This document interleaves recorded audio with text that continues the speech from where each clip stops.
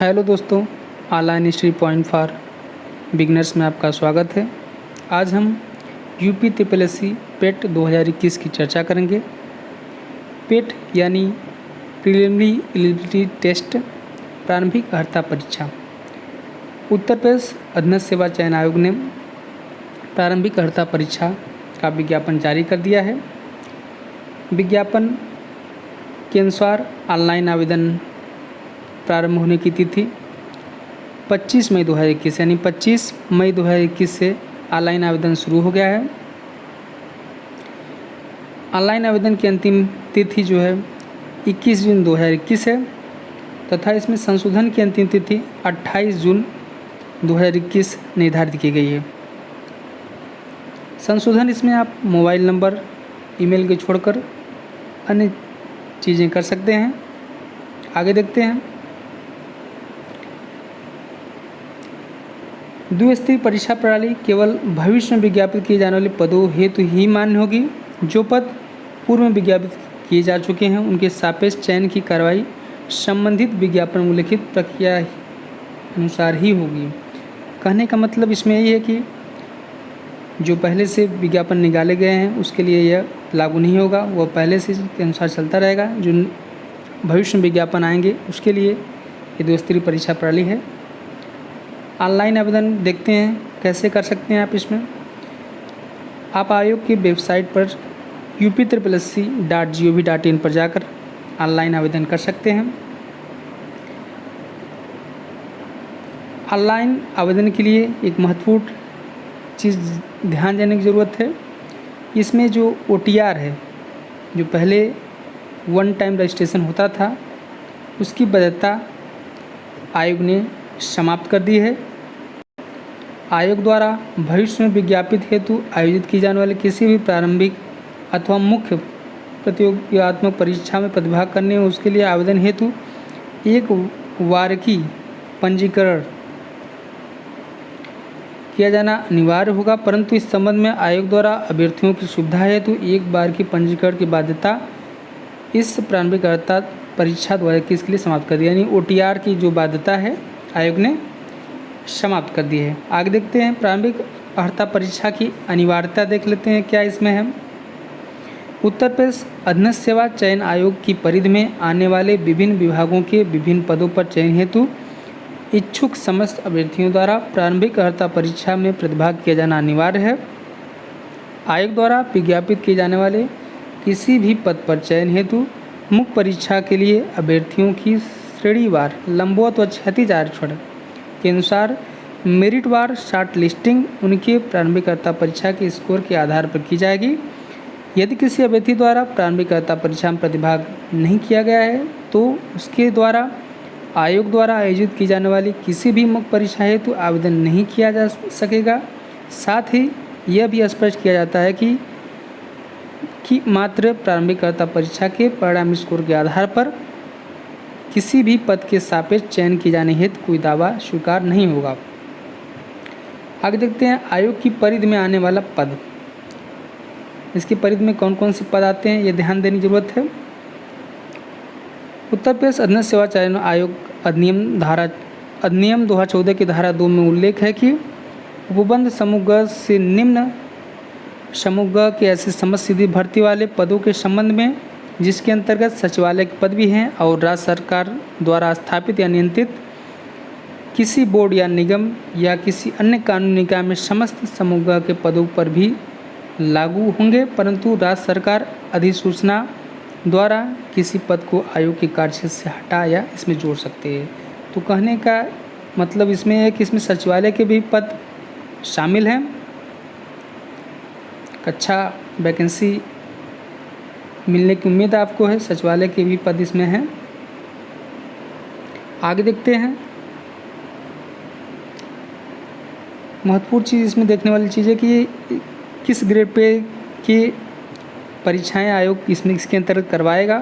तो यहाँ पे है, इससे देखने वाली बात है कि वेतन बैंड 5200 से 20,200, ग्रेड पे 1900 एवं इससे अधिक, परंतु वेतन बैंड 2 रुपये 9300 से 34,800, ग्रेड पे 4600 से कम के सीधी भर्ती के समस्त पद अधीनस्थ सेवा चयन आयोग की परिधि में विनिर्दिष्ट किया गया है। कहने का मतलब है कि ग्रेड पे 1900 से अधिक तथा 4600 से कम जितने भी पद हैं वे UPSSC के अंतर्गत आएंगे। आगे देखते हैं, शैक्षिक अर्हता पर चर्चा कर लेते हैं। तो शैक्षिक अर्हता हाई स्कूल या समकक्ष अथवा उससे उच्च शैक्षिक अर्हता धारित करने वाले अभ्यर्थी आवेदन कर सकते हैं। यानी इसकी शैक्षिक अर्हता हाई स्कूल या उसके समकक्ष या उससे उच्च शैक्षिक अर्हता वाले अभ्यर्थी से आवेदन कर सकते हैं। आगे देखते हैं, इसकी आयु सीमा क्या निर्धारित किया आयोग ने। 18 वर्ष या 21 वर्ष आयु सीमा है। भिन्न भिन्न पदों के लिए आयु सीमा अलग अलग है। 1 जुलाई 2021 को जिनकी न्यूनतम आयु 18 वर्ष है इसके लिए आवेदन कर सकते हैं।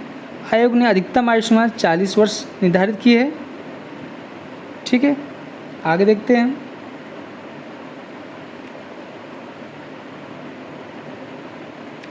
एक महत्वपूर्ण टर्म है प्रारंभिक अर्हता परीक्षा में प्रतिभाग करने वाले अभ्यर्थियों का स्कोर परीक्षा परिणाम आयोग की वेबसाइट पर अपलोड किए जाने की तिथि से 1 वर्ष तक मान्य होगा। मतलब जो स्कोर है आयोग का पेट का जो स्कोर है 1 वर्ष के लिए वैलिड होगा। ये महत्वपूर्ण चीज़ है, इसे ध्यान देने की ज़रूरत है। आगे देखते हैं हम,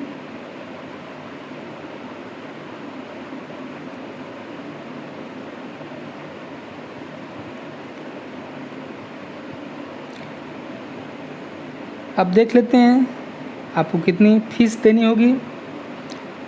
समान वर्ग के लिए 185 रुपये फीस निर्धारित की गई है, जिसमें 25 रुपया ऑनलाइन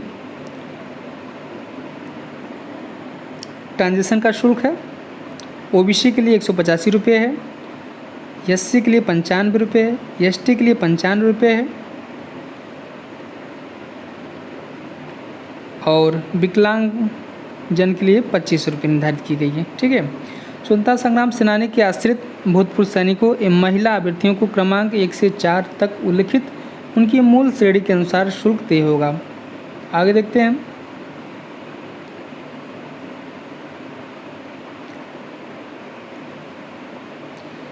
अब हम बहुत ही महत्वपूर्ण टॉपिक इसके सिलेबस पर चर्चा कर लेते हैं। इसमें आपको प्रश्नों की संख्या 100 रहेगी, परीक्षा की अवधि 2 घंटे और पूर्णांक 100 रहेगा। कहने का मतलब ये है कि 120 मिनट में आपको 100 क्वेश्चन करने होंगे।